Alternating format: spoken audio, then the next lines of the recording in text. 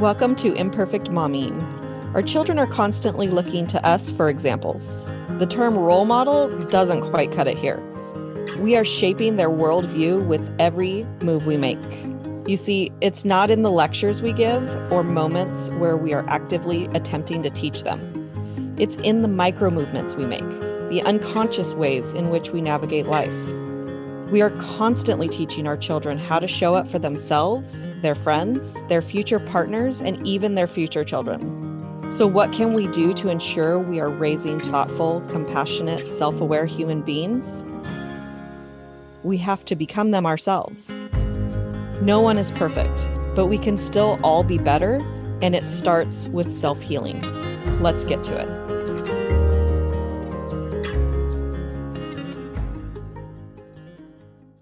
Welcome back to Imperfect Momming, and we have a very special guest today, Stephanie Fernandes. Welcome to Imperfect Momming. Hi, Alicia. Thank you so much for having me. You're very welcome. And you are from Denmark, you said. Yeah, I'm not originally from Denmark. I live here with my family. I'm originally from Austria, but Okay. Yeah. Very cool. I think that you are my first guest from Austria/Denmark. Tell us a little bit about who you are and what you do. Yeah, I'm a mom of two small kids. They're 5 and 3. I'm married to a Portuguese guy, and we live here as an expat couple. And I work as a parenting coach and a rapid transformational therapy practitioner, which is a very fancy term for hypnotherapist.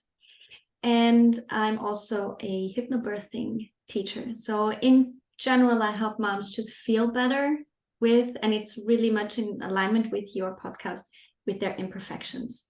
We don't strive for perfectionism. We just strive to feel better. And that's what I help with. I love that. And I have a friend that's becoming licensed she lives in Canada in hypnotherapy. So, Oh, nice. and there's a live event that's only 3 hours south of me that she's going to come to, and we'll get to meet in person for the first time. Oh, wow. So special. It's very cool. Like this, lately I've been thinking like I don't have a whole lot of local friends anymore. Like all of my friends are somewhere else because of podcasts and coaching, and so all of the close connections that I have are not in my area.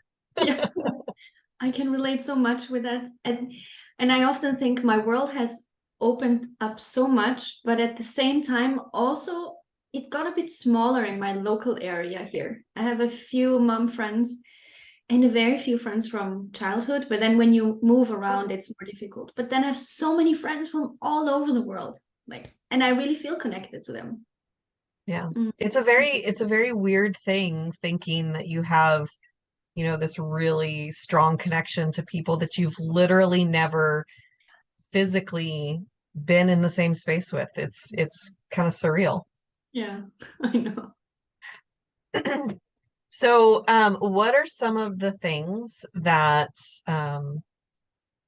you help moms accept about themselves, the imperfections? I think a lot of the times we, especially in this new generation of being a mom, we're trying, to do things differently than we experienced when we were small. And a lot of the times it's a struggle with old belief patterns and new knowledge.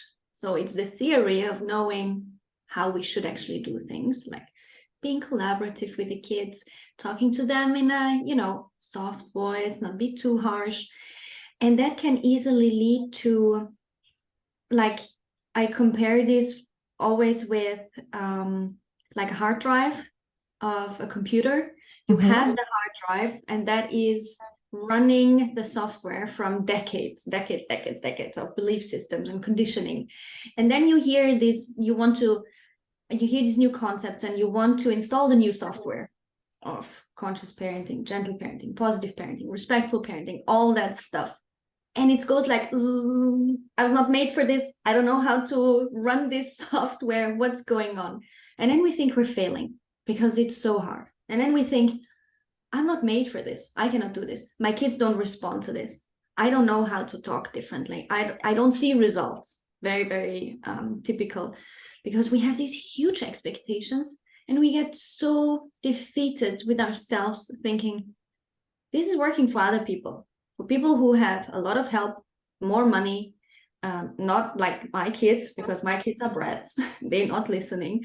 This works for moms who have great jobs or stay at home. Like, we always compare ourselves with others and we think we're failing. So Yeah. I really help moms see you're not failing. The fact that you are aware, the fact that you are trying and are more, even the critical part that you bring is good. Like, you are being, you see it. You don't have to be perfect. It's okay. Yeah. Yeah. I love the analogy, because I think that everyone, like, the brain seems very complicated to understand. There's subconsciouses, there's habits, there's all of these different things. And it feels the neuroplasticity, right? We just found out within in the last 20 years, I think, that we can change our brain. And before that, we thought that everything was I know. that once you're set in stone, that you turn a certain age and you're done. Like, this is it. You can't change anymore. Could you imagine if that was true? Oh, that would be awful. I know. But we don't, so we're still learning things about the brain. But we understand computers, most of us understand computers a lot more.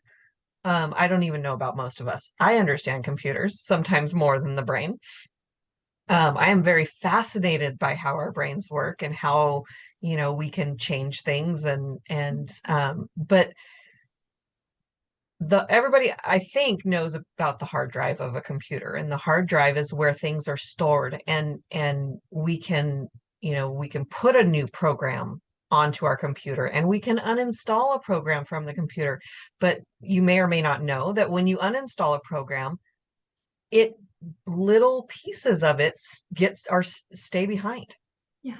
Right. And I think even if you completely wipe the hard drive, there's still going to be remnants of old programs. They don't really work anymore, but they might be there, and they might be slowing things down. They might be, messing things up a little bit and running in the background, operating in the background. Right. And that's how our programming works, that we will always have access, even if we've tried something new and we've retrained thoughts. This is something that we talked about on a episode a couple of months ago, where I was talking about how when I was a kid, the example that I learned from my dad when it came to driving was, we have road rage. That was what I learned, is that when people are driving and they cut you off, that makes you mad.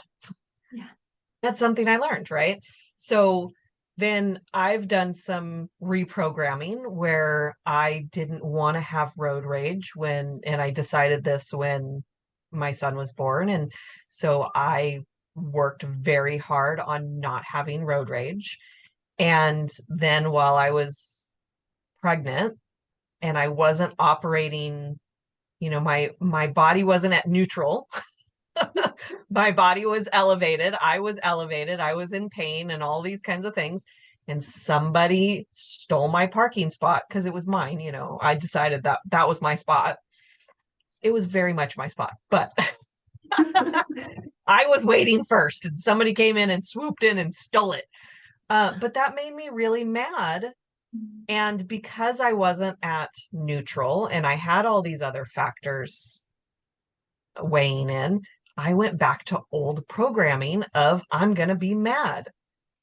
Right. I've worked, and my son is going to be 11 years old in 2 days.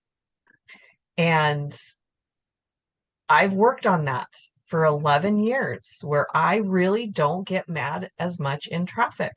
But boy, do I have access to those old patterns. Yeah, you were touching on a very important point, which is, even though we think we have healed, but there is something about being pregnant and becoming a mom that just throws us off the bus. And we think, what the hell is happening here? I thought I've dealt with this.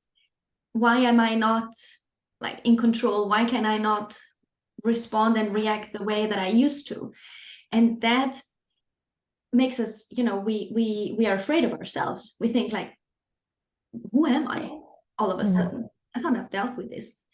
Especially when it's things like rage, which, I can imagine being a kid in a car with an adult who is very enraged and very angry. That's not a very comfortable situation to be in. And then being kind of regressed back to this situation, because that's what it all is about. These emotions, they bring us back to when we experience them as a child, and that makes us afraid again. Maybe not anymore afraid of your dad or the situation, but of yourself. And you think, am I like turning out like my parents? Is this really what is happening? And I see that a lot of the times, that this transition into motherhood, these hormonal imbalances that are just natural, they trigger something in us that is not fully healed. And I'm starting to believe maybe we cannot heal everything. Maybe we have to give more grace to ourselves, that this is just what we came here with. I mean, there's things we cannot control, things that happened when we were 5, when we were 10, and just accept, yeah, sometimes I get mad, but now I have the tools to repair. Now I have the tools to, get introspective and look at like, what is this really? And next time, maybe it's not that intense anymore. But yeah. And it may, I think I agree with you that we can't 100% heal the thing, but we can continually make progress on the thing, and we can continually strive to heal it. And I love that. Honestly, what I've been working on healing in myself, I see my son imitating me, because I was more of a yelling mom than I am now. I would say that I do it maybe a 10% of what I used to. So there's definitely progress, and we have to acknowledge the progress in order to keep going. Exactly. Because some of the healing, it doesn't always feel good. It's that, we, especially in the United States, I know it's this way around the world, but I've only ever lived here. So we're very much not taught how to deal with our emotions. We're taught to stuff them. And when you stuff your emotions, it's literally like I have, a balloon that I'm putting air in, and the emotion is the air and the balloon is my body. And when you continually put the emotion into your body and you keep blowing that air into the balloon, there's only so much space in that balloon can hold until it explodes. And we've all been there. We've all exploded. But when you're continuing to put the air in and it just goes right out the other side, it'll never explode, because it doesn't have the opportunity. Exactly. It doesn't have that power anymore. But that is often, we feel so afraid of feeling it. We literally think, I'm going to pass out, or I have a panic attack. I cannot hold this. My body cannot hold this emotion. We literally feel like this visceral overwhelm in the body. Not only that, the thoughts is one thing, but when you feel physically overwhelmed with your emotions, you don't feel safe, and that makes it really hard to have that balloon with, you know, where the air just gets out. And emotions are like clouds. They come and go. They just do. But we have never learned that. Yeah. Especially with what you mentioned before, you know, with the old belief and idea that you are a certain way. Oh, you are so dramatic. You are overreacting. You're so sensitive. And when you hear that as a child, especially as a girl, you feel there's something wrong with me. I cannot feel this, but I don't feel well, but I am not safe to feel this in this house, in this home with these people. So you stuff it in. And then all of a sudden, of course you have emotions, because cohabitating with a new child is tough until, I don't know, a lifetime probably. I mean, mine are 5 or 3, but we are still figuring it out. And if I don't feel safe with my own emotions, and this is something that I'm learning and still learning, to just be safe. And I tell myself, you're safe, you're safe. Just because he's having a tantrum has nothing to do with you. You're safe. And then I tell him, you're safe, buddy. You can do it. It will pass. I'm here. And he doesn't know that I'm saying this for him as much as I do for me. Yeah. Oh, for sure. Yeah. Yeah. Yeah. When I learned the concept of connect before you correct, and I learned that in No Drama Discipline by Dr. Dan Siegel, which I mentioned this episode, like on every episode. You know, I started with asking my son anytime he was activated. That's what I call when he's in an emotional state. I call it when he's activated. So he's upset for something. And the first thing that I do is I ask him, does he want a hug? Because that's his love language, is physical touch. It might be quality time, but I think it's physical touch. Because when I asked him, how do you feel? I think it's a little bit of both. When I asked him, how do you feel the most loved by me? What do I do that makes you feel the most loved? He would say snuggling. And so I would just ask him when he was activated, do you want a hug? And 9 times out of 10, he would say yes. And I was amazed at how that would not only calm him down, but it calmed me down. Because how can you be mad how can you get upset when your child is hugging you? Like, I don't know how to access upset emotions. And what's beautiful is that when he does make me mad and he knows that he's made me mad, he'll ask me if I want a hug. That is co-regulation at its best.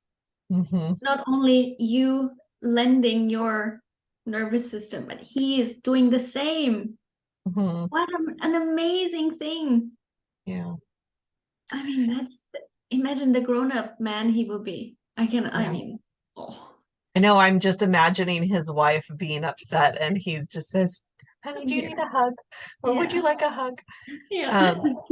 And this morning when he was getting dressed, I learned that I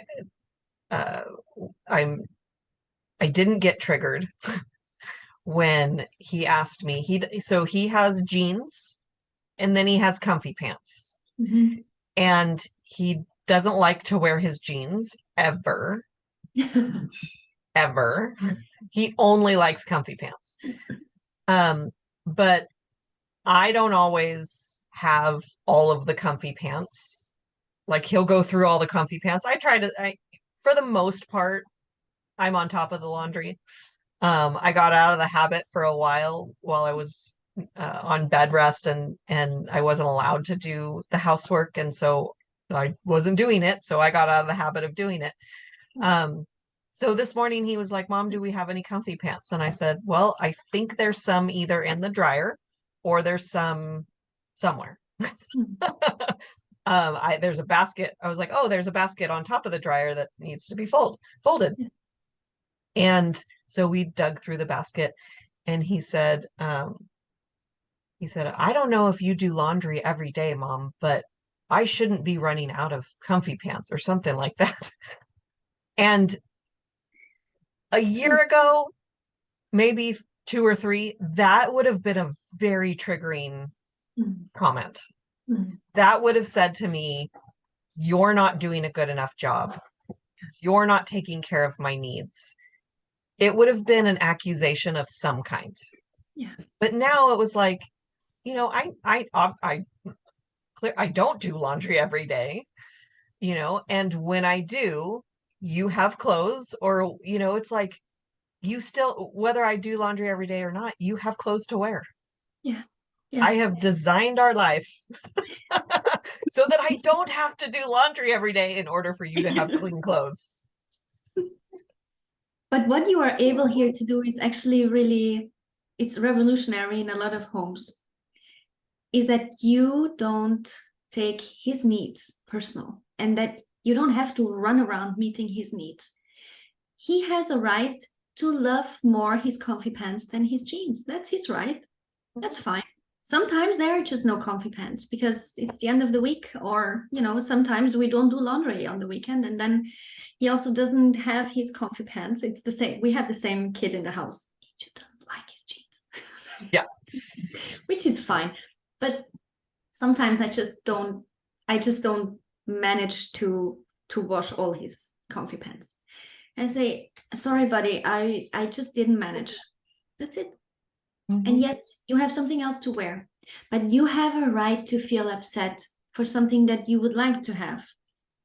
And for kids, especially when they are not in control over things, like kids don't get that concept or all this housework that an adult has to do. They just see that, oh, is it that hard to do laundry? I mean, it's just my pants, They think it's just like my pants. I just need my things, Mommy. You don't need to do all the other things.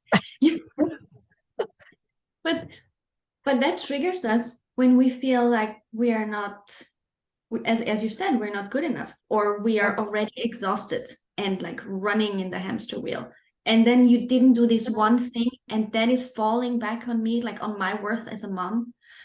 And that's a trigger that is actually a very nice thing to look at and to think, what is it actually? Get curious. What is it that is so bothering me about this 5-year-old who is talking about this pants situation? It's just a kid. I have access to emotion right now of what you're describing, like feeling I'm not good enough, feeling I'm failing as a mom. Like, I have access to those emotions. I could touch them right now if I wanted to cry on my podcast. I got it. I'm there. I could be there in a second. It doesn't go away indefinitely, but that's not how I feel about myself now. I know that I'm taking care of his needs. I know that he'd prefer comfy pants. I know he's not going to go to school. I know he's not going to go naked to school because he has other options. Yes. Yeah. And that's it. It's a really hard place to be in when you feel like you're failing. And you said some very key things, that when you're feeling overwhelmed by all of the stuff, and then you add the I'm not good enough on top of this. I mean, there's a lot of pressure put on women.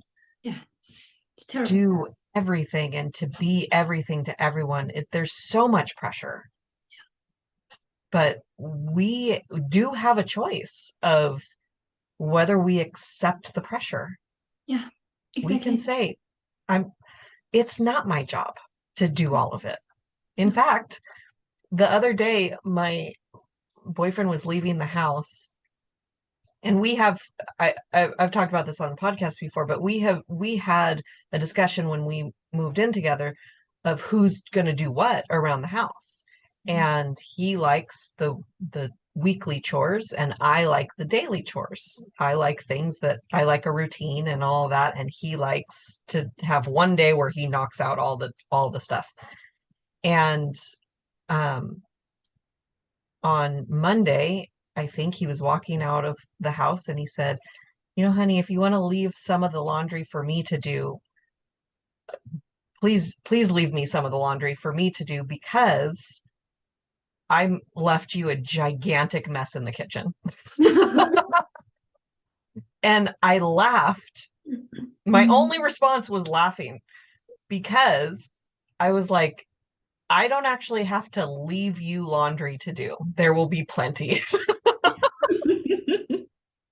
Whether I do all the laundry today or not, there will be more. I don't have to leave it for you. And it made me laugh because he kind of always leaves makes a disaster in the kitchen. He doesn't always leave it for me, but he always makes a disaster in the kitchen. So I didn't even respond. I just laughed. Yeah. And I was like, I wonder if I need to explain my laughter because it was just funny to me. Yeah. But I don't know why I brought that up. You said something. Oh, that it's like it's not all. It helps that it's not all on me. You know, that when we have those kinds of conversations with our partner, and if you decide that it's all on you, that you can also ask for help. You can also renegotiate the terms of your life and your relationship. Anyway.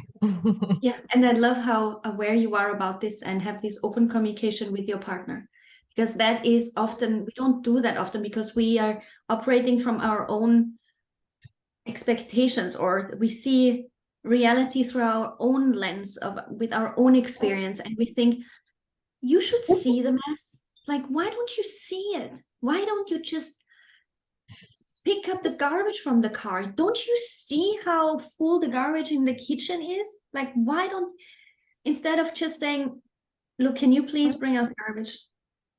And if the mental load of constantly thinking and delegating is too much, then do like what you do, like divide the chores, and it's clear. Write it down and see, look, it's way too much for me. And if I look at the whole list, it's impossible to do it. Like it's a full-time job and I have another job and I cannot do this. Yeah. And communication is so key in a family, not only with your kid, but also with your partner. Mm-hmm. And it brings just so much calmness. Just the fact of, communicating that takes out the pressure, the resentment, the anger, the disappointment. When you bring light into these things that are so hard, like all of a sudden it just feels more doable. And that's already a big help. So it's amazing that you do this. Yeah. Now, we were just talking this morning about how we've both made some changes recently in our lives that have made our relationship stronger. But what we haven't worked on the relationship, we've worked on ourselves. So I made changes in myself and I've been working on myself, and he's made changes for himself and he's been working on the internal. But what we both realized was that working on ourselves was making our relationship better. And our relationship was phenomenal to begin with because we've always been doing that. We've always been growing, but we just like noticed it because we made some pretty huge changes that are obvious to each other and to ourselves. It's been kind of a cool experience. Yeah. And that is it has such a ripple effect, on I would say on everything. Like when I work with clients, but I also just didn't, I saw that in myself. So I had my therapy.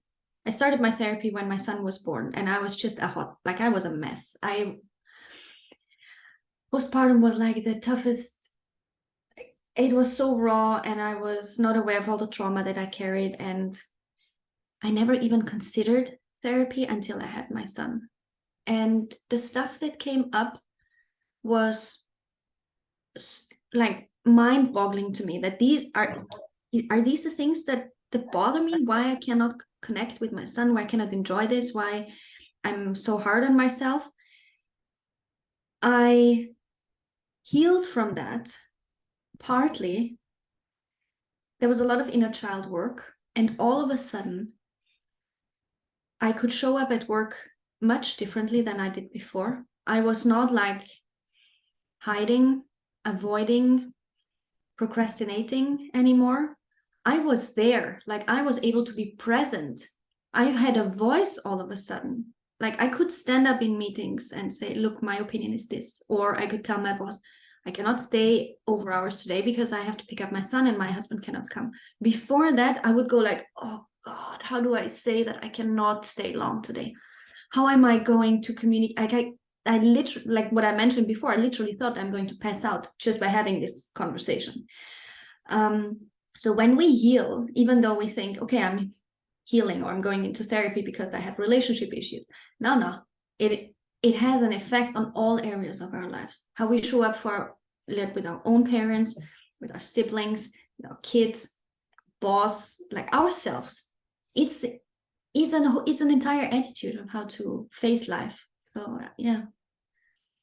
It's so incredible. Like we don't realize the ripple effect that happens when you work on yourself. And like you said, you go in for one reason and you realize that it comes out in different areas. And, you know, because I got into coaching. I hired my first coach because I wanted to do better in my direct sales business. I wanted to reach goals in my direct sales business. And I don't think that I ever talked about my business maybe 4 or 5 times. It was all my coach was brilliant at just finding the things, right? Like the area, like she'd just poke at me. You know, they're just skilled at that. But it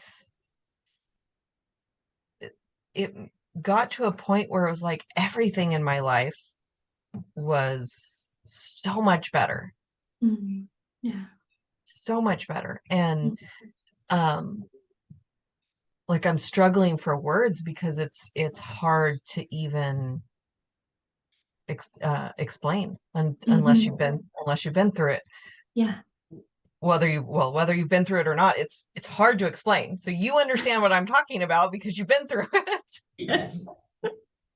So if you're listening and you haven't hired a coach or gone to therapy, like you just can't fathom until you do it. Yes. Yes. It's really that what you are not aware of, you cannot change. And when you have someone that helps you see, that changes everything. That changes everything. And you were lucky that you found a coach that you can trust, and she exactly knew where to poke to, release those knots that help you with your business, but also with yourself.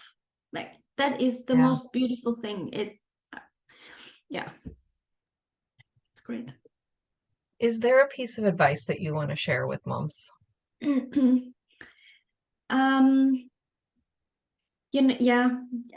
I've been thinking about that, and there's so much advice out there in the parenting world, and I always find it very difficult because one advice might not work for you, or you feel I've tried that, everyone says that doesn't work. But there is one thing that I think we talk way too little about, and that's just food for thought. When you are on a conscious parenting journey or a gentle parenting and you just want to do things differently, it is not only about your kid. It is about how you show up for yourself. How much love can you give yourself? How much forgiveness do you have for yourself? How much grace do you have for yourself? When you start cultivating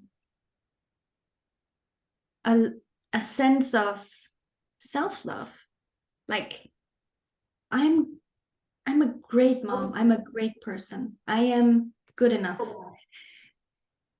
That takes off so much pressure, and your child will feel that. That is the softness that you can practice with yourself, and your child will feel it. And that makes it easier to show up in softness with your kid, like what you said before, connect before you correct.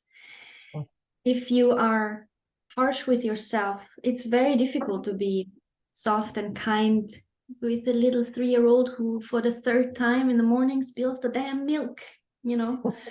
It's just harder.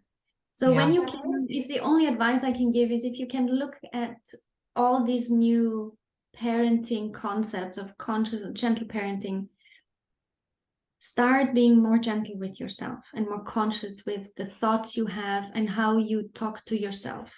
What is your opinion about yourself, actually? Yeah. I don't know a single person that doesn't need to hear what you just said. And it's so, so true. And you can start by imagining your child learning to walk. When your son or daughter starts walking, they stand up, their legs are all wobbly, and they take a step and they fall down. And what do we do with those children when they fall down? We go, oh my gosh, you took a step. That's so amazing. Good job. Do it again, right? What do we do when we make a mistake? How stupid are you? What? You should have known better. Like, that's what we do to ourselves. But could you imagine if we did that to a 1-year-old who was trying to walk for the first time? Do you think they would try again? Yeah. Like, no. And we wonder why we've given up on things. Yeah. That could be a whole topic. Yes. I'm gonna stop. Is there a book that's been instrumental in your personal development journey? The first book that it was an audiobook, and it's like a worldwide bestseller. It's The Conscious Parent by Dr. Shefali. And I was listening to the audiobook while I was walking my crying infant in the park in the first weeks and months after he was born. And that where I heard for the first time someone talking about the ego and that it's not me. It's that what someone else thought of me, I should be. It's that that conditioning. Is that really my authentic self? Can I show up for my kids authentically when I have that ego constantly talking to me like, you should do better. Why is he crying? He's not stopping to cry. You cannot make your child stop crying. He's not drinking enough. He's not sleeping through the night. You are alone here, living in a country without family. Like, what the hell were you even thinking? That was all my ego talking and a lot of the trauma. And that just the concept of I have like different parts in me. It's not just you are like this. This is you, the lump of things, the lump of experiences, and you cannot do anything about it. That was so liberating. Like, yes, I have all these parts, and depending on my daily condition, or depending on how the night was, depending on my hormone level, just depending on how things are, it's not the same every day. These parts show up stronger than other times, and that's what I've never forgotten the feeling of liberation and really awakening during listening to that. So that was instrumental. Yeah, that's awesome. I'll have to check that out.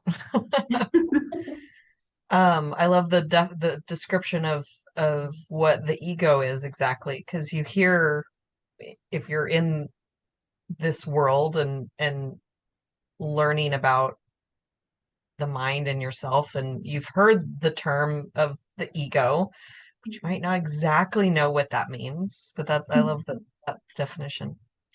Where can our listeners find you? I hang out mostly on Facebook. So Stefanie Fernandes, you can find me there. And then I'm also on Instagram, Stefanie Fernandes, and I have a website.